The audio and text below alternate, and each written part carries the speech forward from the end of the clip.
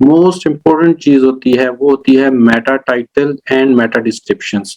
इन दोनों के लिए एक टर्म यूज होती है मेटा टैग्स। मेटा टैग्स इन दोनों को कहते हैं, मेटा टाइटल और मेटा डिस्क्रिप्शन।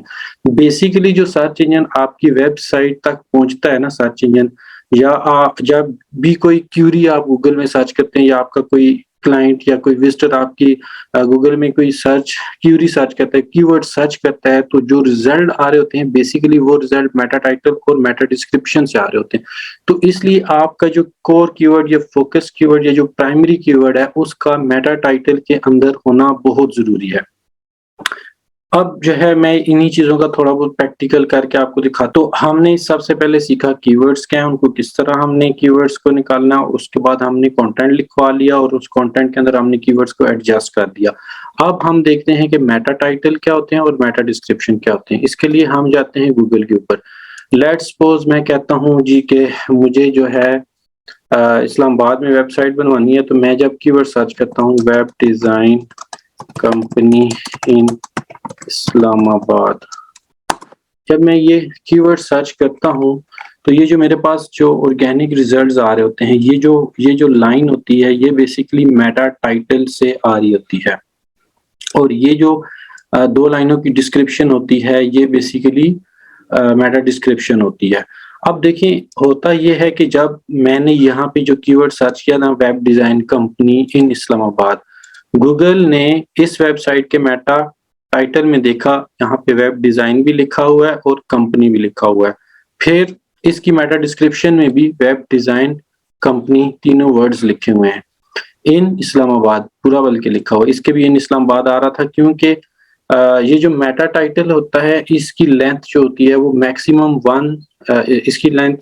मैक्सिमम जो है वो 60 कैरेक्टर इंक्लूडिंग स्पेस है, और जो मेटा डिस्क्रिप्शन होती है इसकी लेंथ मैक्सिमम जो होती है वो 160 कैरेक्टर्स इंक्लूडिंग स्पेस होती है। ये वैसे मेटा टाइटल की length up to 72 characters including space तक जा सकती है, लेकिन वो कुछ केसेस में जाती है। अगर उससे लेंथी हो तो वो फिर कंटेंट को एंड से काट देते हैं। जैसे अब ये इसका टाइटल जो एक्चुअल में लेंथी होगा, जिस वजह से जो है फेसबुक ने कंपनी इन के आगे जो इस्लामाबाद लिखा हुआ था उसको यहाँ पे शो नहीं किया। तो आप कोशिश ये करनी जब भी आप मेटा टाइटल और मेटा डिस्क्रिप्शन लिखेंगे तो आपका जो कोर कीवर्ड है उसको आपने विद इन लिमिट रखना है। विद इन लिमिट से मुराद कि मेटा टाइटल की अगर लेंथ 70 कैरेक्टर इंक्लूडिंग स्पेस है तो उसके अंदर अंदर आपके कीवर्ड्स कवर होने चाहिए, और मेटा डिस्क्रिप्शन की लेंथ अगर 160 कैरेक्टर इंक्लूडिंग स्पेस है तो उसके अंदर आपके कीवर्ड्स जो हैं वो एडजस्ट होने चाहिए।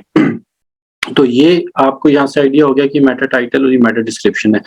अब ये मेटा टाइटल और मेटा डिस्क्रिप्शन बनाते वक्त जिन चीजों का ख्याल रखना है वो ये है कि आपने ये बनाना कैसे है। सबसे पहले आप MS वर्ड की फाइल के ऊपर जो आपका कोर कीवर्ड है ना, जैसे मैंने आपको बताया कि मैं जो है एक पेट की वेबसाइट के ऊपर जो है एक पॉग ब्रीड कीवर्ड के ऊपर कंटेंट आज लिखने जा रहा हूँ या पब्लिश करने जा रहा हूँ, उसका जो है वो ऑलरेडी मेरे पास एक पड़ा, मैं उसकी आप लोगों को उसको डेमो देके चीजें समझाना चाह रहा हूँ। तो अब देखें कीवर्ड क्या था, पॉग ब्रीड कीवर्ड था। मैंने जब मेटा टाइटल इसका सेट किया उसके अंदर मैंने पॉग ब्रीड को ऐड कर दिया। अब ये पॉग ब्रीड क्या है, ये बेसिकली प्राइमरी कीवर्ड है, इसका सर्च वॉल्यूम ज्यादा था। तो क्योंकि पॉग ब्रीड इंफॉर्मेशन यहाँ पे आके टाइटल जो है वो खत्म हो रहा था, टाइटल बहुत छोटा था, और मेरे पास अभी भी गुंजाइश है कि मैं इसके अंदर फर्दर कंटेंट ऐड कर सकता हूँ क्योंकि मैं 60 कैरेक्टर इंक्लूडिंग स्पेस तक जा सकता था।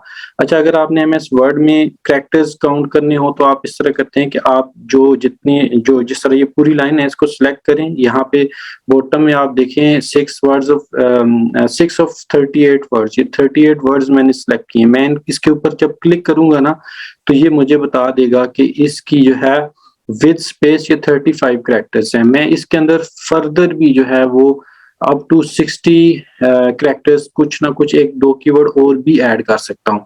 तो खैर ये मुझे बेस्ट लगा, तो इसके अंदर मैंने ये ब्रीड इंफॉर्मेशन प्राइमरी कीवर्ड और पग पपीज जो था ये मैंने सेकेंडरी कीवर्ड के तौर पे एडजस्ट कर दिया। अब ये मैंने मेटा टाइटल के अंदर एडजस्ट किया, सेम फिर मैंने यही कीवर्ड मेटा डिस्क्रिप्शन के अंदर भी एडजस्ट किया, और ये जो सेकेंडरी कीवर्ड था इसको मैंने मेटा डिस्क्रिप्शन के अंदर भी एडजस्ट किया। और फिर आपने जो है डिस्क्रिप्शन और टाइटल इस तरीके से बनानी है कि उसका कोई सेंस भी बन रहा हो।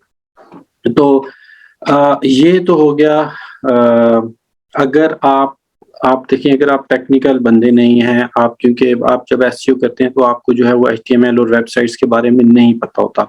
तो आप सिंपली इतना काम करते हैं और जो वेबसाइट के डेवलपर्स होते हैं, आप उनको ये टैग्स बना के दे देते हैं और उनको पता होता है कि मेटा टाइटल कहाँ पे ऐड करना है और मेटा डिस्क्रिप्शन कहाँ पे ऐड करनी है।